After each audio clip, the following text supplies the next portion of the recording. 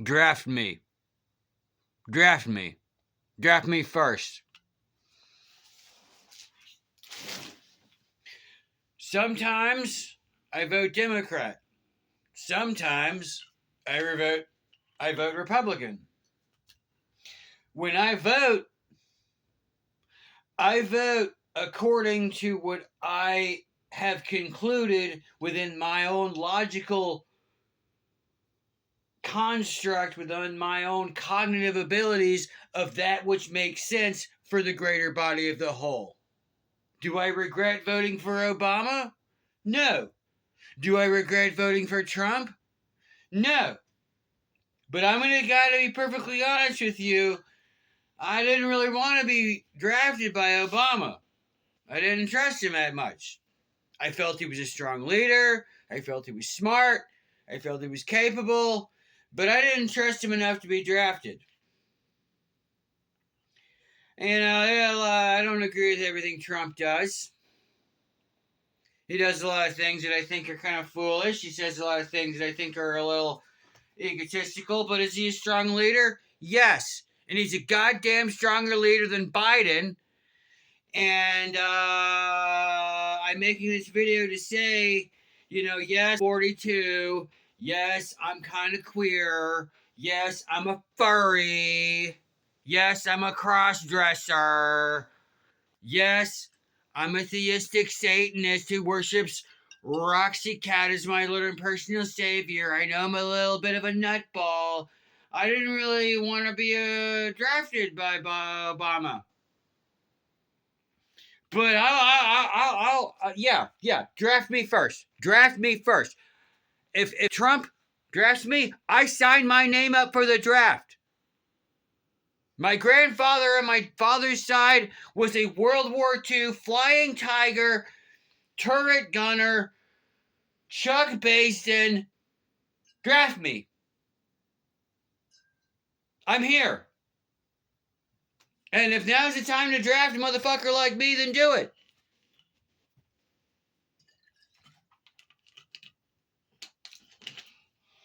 I'm a mess. I'm a millennial, I'm not super disciplined. I might not be the ideal super soldier. But yeah, if I was drafted by the military, I didn't sign up for the draft under gunpoint. I signed up for the draft willingly. And if they ever could call me, I'll go under Trump. If some pussy ass, bitch ass, punk ass, bitch Democrat gets in after Trump and they try to draft me, I don't know about all that. But, you liberals, you go, oh, the war in Iran is so terrible. Do you see the women celebrating, throwing off their hijabs, throwing off the dictatorship, finally being liberated and enjoying it? And the same thing happened in Venezuela. The same thing happened, you know. I'm not saying Trump isn't a pedophile, but what I am saying is that Biden's children, his daughters, literally have diary entries where they were like, oh gosh golly, I really don't like showering with my father in the shower. I don't really like that. I kind of wish my father Biden wouldn't shower with me. I don't really know what to do about it. Biden literally bragged about holding funds from the Ukraine on camera in front of God and everybody. Biden literally said in front of God and everybody he likes little children sitting on his lap, but the anti-Trump people don't care about any of that. They don't care about America. They don't care about the Democrats. They don't care about the Republicans.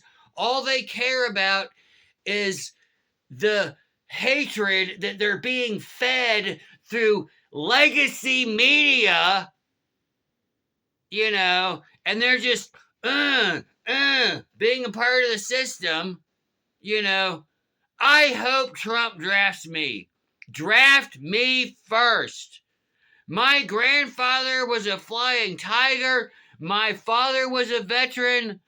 I was too autistic and dyslexic and had bad grades to get into the military. But if Trump drafts me, hell yes, I would absolutely go for that shit. Draft me. Do it. I'm ready. Because I'm tired of this shit. I go to work. I pick up food. I deliver it. I make money. I'm doing pretty good. If I don't get drafted, it's just going to be business as usual. But if I get that letter in the mail that the Trump administration has seen fit to draft me, 100% I absolutely would go to war. I voted for Obama. If Obama drafted me, I'd be like, I might be a conscientious objector. I don't really know. I don't really feel like I'm particularly confident in Obama's strategies in dealing with, international relations. I don't even particularly like Trump. But if the Trump campaign drafted me, 100% yes, draft my ass. Think I'm playing around. Please draft me. My father is a veteran. My grandfather is a veteran. And the only reason I wasn't accepted in the military is because I'm fucking autistic and ADD and kind of a screwball. But if I got drafted, yes, I hope they motherfucking do. Not sorry. And you know where I learned not sorry? Naughty Roxy Cat. Naughty Roxy Cat said, Alfie, don't ever be ashamed about any of your opinions or anything you got to say. Stand up for yourself. Be yourself and stand your motherfucking ground. And I have become a stronger person because of Naughty Roxy. Oh, Good Roxy thinks I'm a crazy fucking nutball. Good Roxy living her little ass in virtual reality with her candy ass friends and all of that, telling me that, oh, you don't understand, you don't see reality. You're not seeing reality while she's living her fucking ass in VR with her candy ass friends and her, that's not reality, little lady. That's not reality. Okay, that is not reality. And how dare you have the audacity to tell me I don't understand reality while you're living in VR with your candy ass friends. Okay? When people pleasers tell me that I don't see reality for reality when they're living their delusional fantasy world in VR, that is very, very, very hypocritical, and you know it. Alfie matters. And you know why I know Alfie matters? Because Naughty Roxy made goddamn sure that I knew that I mattered. Because when I felt that I didn't matter, she lifted me and she carried me. And I hope to goddamn that I do get drafted.